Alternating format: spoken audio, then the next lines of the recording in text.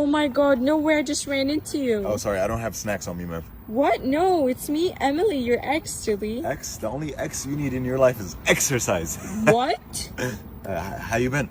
Oh, you know, I've just been... Eating. You've been eating. What? You've been... what were you saying? Oh, like I was just saying, I've been just working out, eating healthy, taking care of my figure. That's about it. It's not April Fool's. What?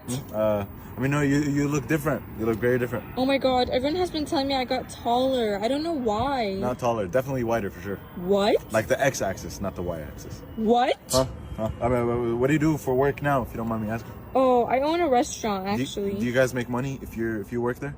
What did you just say to me? I mean, like at the restaurant business, do you guys sell torta sandwiches? Oh my god, yes, we do. I eat those every single day. Yeah, I bet you do. What? I mean, you are what you eat. What the hell are you saying to me? I mean, can you move the floors about a sink?